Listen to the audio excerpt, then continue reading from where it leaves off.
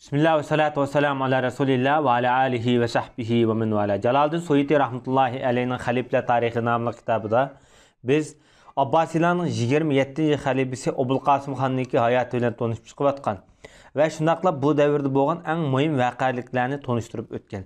Bugungi bu darsda Sultan Saljuqi yani Malik Shahning Bag'dodni elesh uchun harakat qilishi va uningki bu kishining vafoti. Melikşah Sultan Alip Arslan'ın oğlu, Qarxanilarning kuyoğlu, Türkan Xatunning yo'ldoshi bo'ldi. Hicriyet 484-yil bo'lgan vaqtida Sultan Melikşah Bag'dodga yetib keldi. Bag'dodda cho'ng katta qilib bir cami bino qildi. Bu camining atrofiga amirlar uy soldi. Shu yerda tushkun qiladiganlarda. Endi bu odam Asbahan qaytib ketdi. Asbahan şu vaqtda o'zining muhim poytaxtlaridan Saljuqlarniki. Hicriyet 485-yil bo'lgan vaqtida Bag'dod qaytib keldi. Maqsadi yomonlik. Nima o? Xalifaga odam avatib, Bag'dodda menga darhol tashlab berib, sen xohlagan shaharga chiqet deb buyruq tushirdi. Xalifa bakmi bearam bo'lib mundaq dedi. Bir oy muhlat bersizlar sultonim desa, bir soatmi berolmayman dedi. Xalifa sultanning vaziri xatizi yurib 10 kunlik muhlat talab qildi. 10 kun ruxsat qilsang deb. Shu mezgilda sultanning vafotimi va sultanning kesilimi tan uzilib, ya'ni bir necha kun kasal bo'lib o'lib qoldi-da. Mana buni shu davrda xalifalar, ya'ni xalifaning karomatlari, mo'jizalari deb Bag'dodliklar shuna qaragan. Deyilishicha Xalifa roz tutib iftar qildigan vaqtida kulda o'tirib turib Melikshah haqqa beddua qildi deganda Alloh taolo duosini ijobat qilgan. Bu odam ya'ni o'zining kelgan yeriga ketgan. Ya'ni to'piga ya'ni tuproq ketdi-da, hamda kelgan yeri tuproqqa. Melikshah o'lgan vaqtida ayoli Turkan xotin Melikshahning o'limini yoshirdi. Buni aytdi tarixte ötken meşhur hatun bu Türkan hatun degan Qarxanilar malikasi Seljuqlarga yatliq bo'lgan. Buni musulmon tarixchilar Türk padişahlarınınki eng sarxillari jamiyatidan deb qaragan Türkan hatunni. Bu ayol amirlarga maxfiy odam avatib, balisi Mahmud Xonga bay'at olgan, qasam qildirib. Mahmud Xon shu vaqtda 5 yosh. Hemimiz ma'qul deb qasam qilishdi dedi. Muqtadi be'amrillarga odam avatib, "Mushu sulton qilasiz" dedi. Ma'qul deb xalifimi Nasirud Dunya va Din deb buningga laqam berdi. Otugat nomida. Lekin Sultan Mahmudning okisi Barkiyaruq bu Melikshahning yana bir xotinidan bo'lgan o'g'li hamda bu uningga qarshi chiqdi. Xalifa buningga otugat nom berib Ruknud davlat deb nom berdi. Ma xalifa yomon xalifa ekana, ikki sultonning orasini bir-biriga jidal sep qo'yib, o'zininki siyosiy kuchini oshirib Mana bu Hicriyet 487-yil bo'lgan voqea. Xalifaga, xalifaning mushunga shu nomlarni berganligi hammasi xalifalarning xabarva ishlar. Xalifa bildirilgan bu avvallarda. Lekin әтсі xalifa tuyuqsiz o'lib ketdi. Berk Yaruqqa otuğatını beriplam, bu berildi, bunun namını berdi oqtaplam, әтсі xalifa o'lib ketdi tuyuqsiz. Deyilishçe bu xalifaninki Şamsun Nahar degan bir dediki bo'lib, buni zaharlagan deyilib bu. Bu adam o'lgandan o'g'li Mustazhir billaga bayat ilgan. Yani bu Mustazhir xalifa bo'ldi. Demak, Abbasilarning 27-ci xalifasi Mahmud Qashqari Türkiy Tillar Divanini sovg'at qilgan.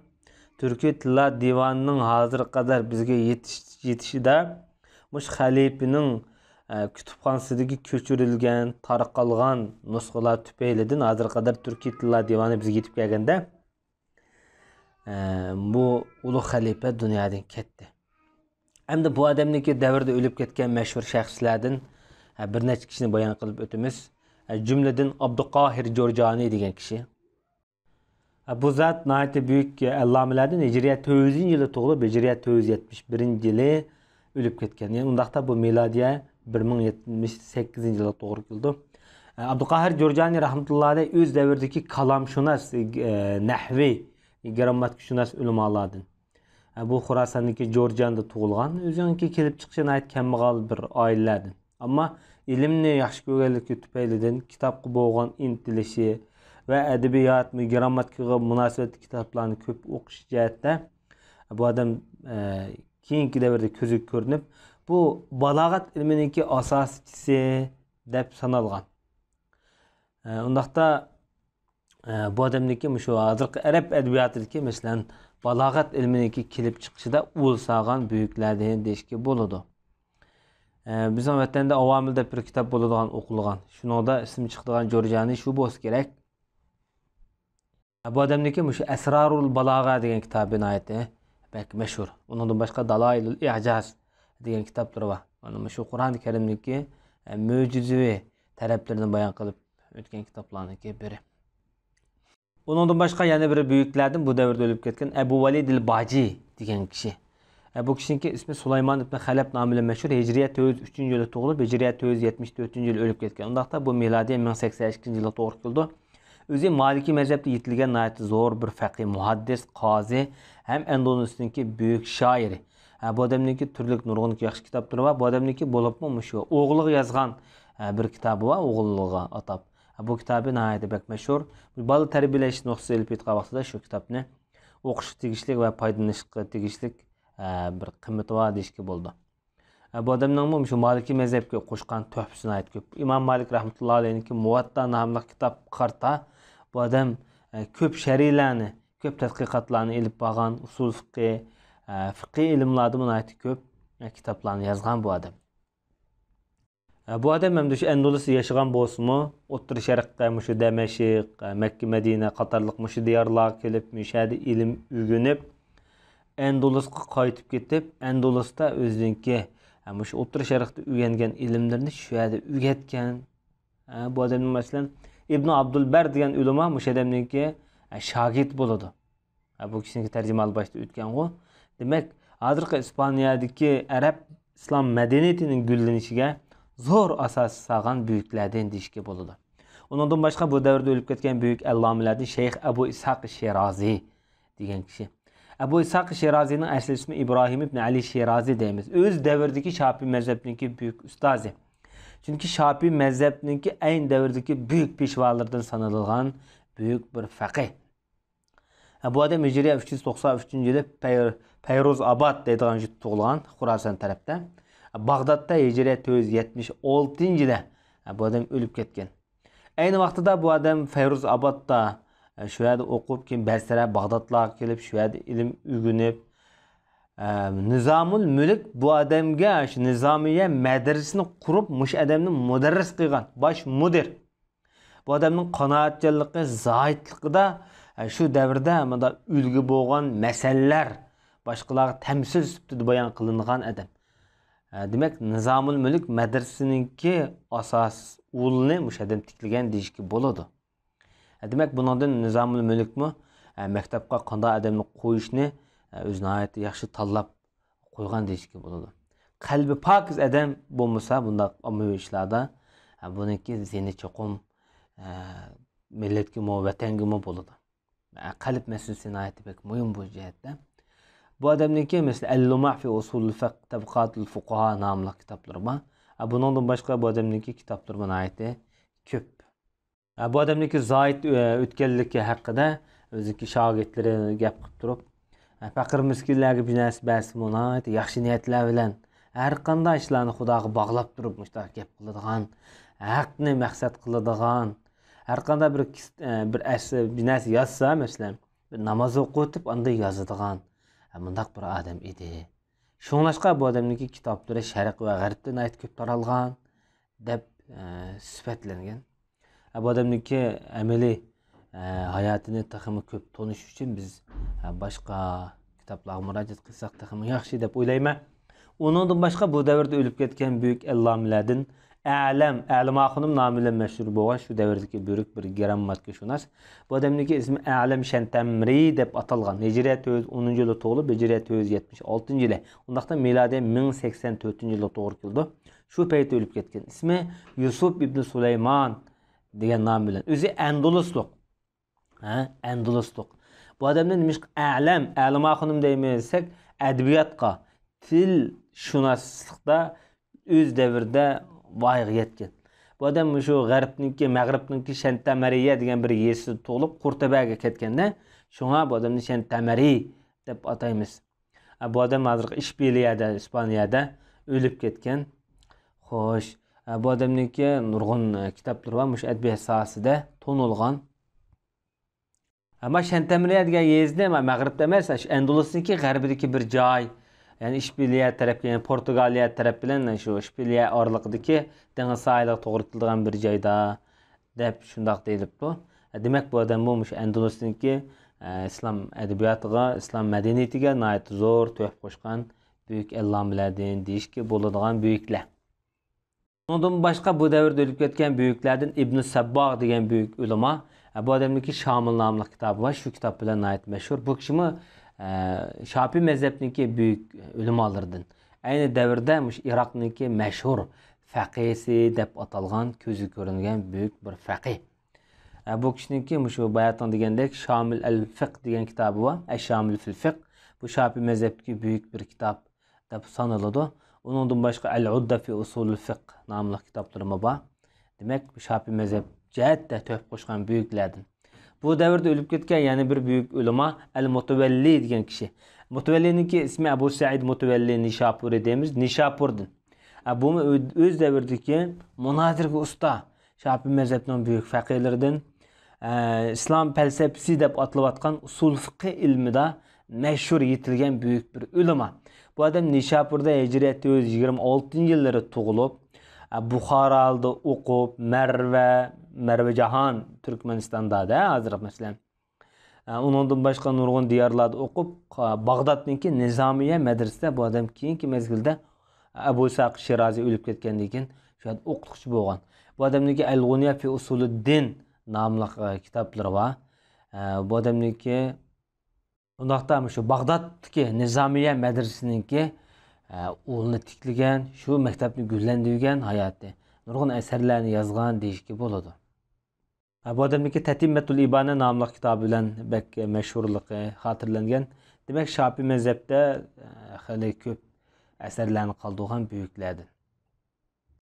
Ondan başka bu devirde ölüp ketken büyük şəxslərdən İmamul Harameyn namı bilen meşhur boğan Ebul Muali el-Cüveyni, yak Ebul Maali Cüveyni degan kishi. Bu kişinin ismi Abdülmelik ibn Abdullah Cüveyni Eş-Şafii el-Eş'ari deymiz. Bu kişi Hicret 119-cu il doğulub, Hicret 178-ci ili, yani miladiye 1085-ci ili ölüb ketken, yaşlan ölüb ketibdi.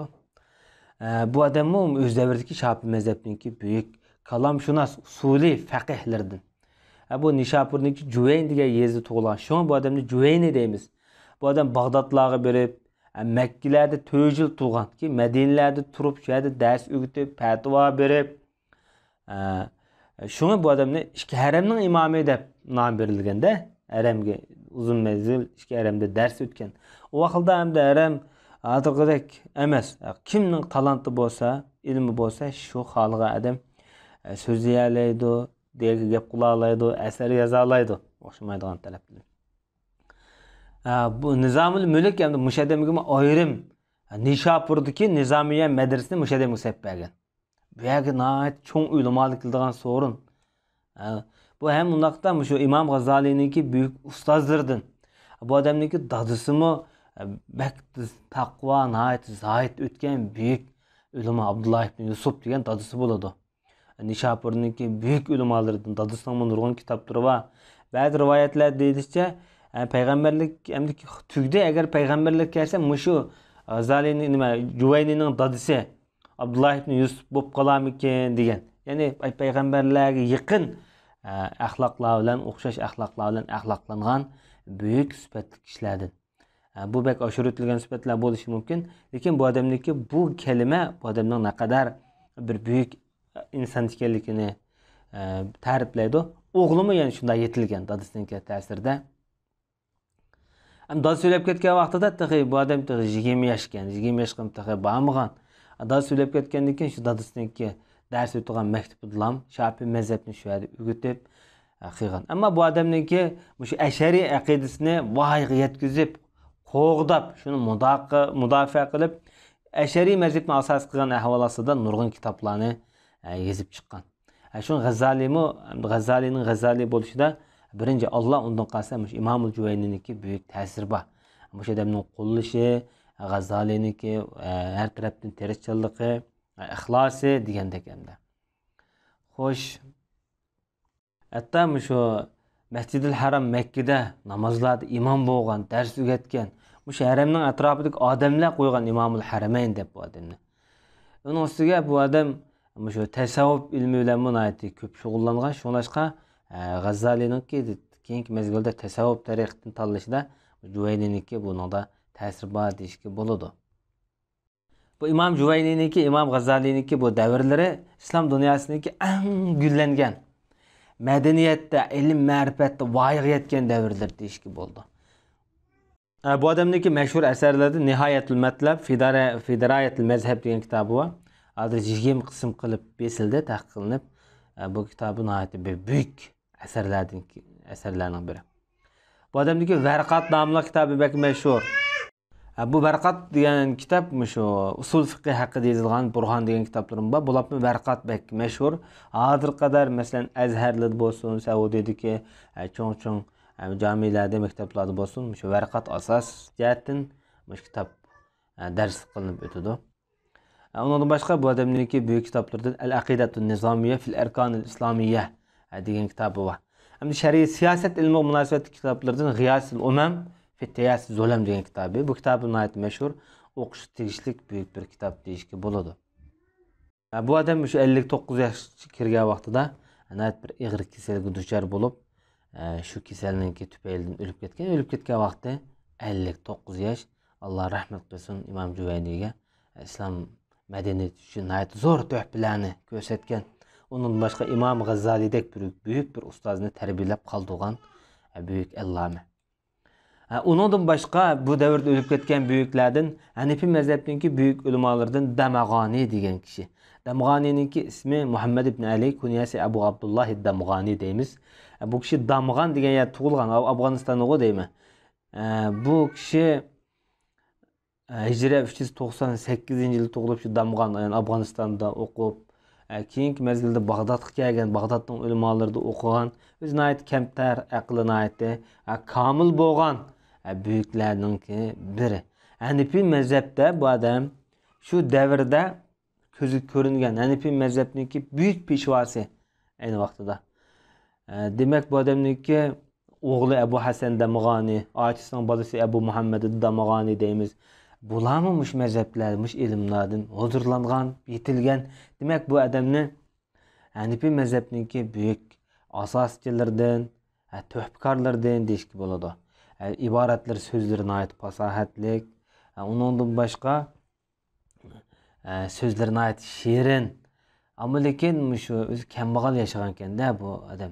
Aynı vaqtdagi şu Gondopaylarniki chirg'ida shundan shu chirog'ida o'qib ashta yetilgan. Yani bu ixlos deyishga bo'ldi. Shu jafoda tavlangan ixlos. Bundan ixlosga yetilgan adam hargiz islomga ziyonlik qilmaydi. Ayni vaqtida Saljuqlardan To'g'rilbekninki sarayda shu yerda ishlagan, qozi bo'lgan bo'lishi mumkin masalan. 30 yil qozi bo'lganligi xotirlanibdi bu yerda. Ammo lekin bu odam ko'proq yeydigan odam ekanda. Bu kishi Hijriyat 478-yili o'lib ketgan.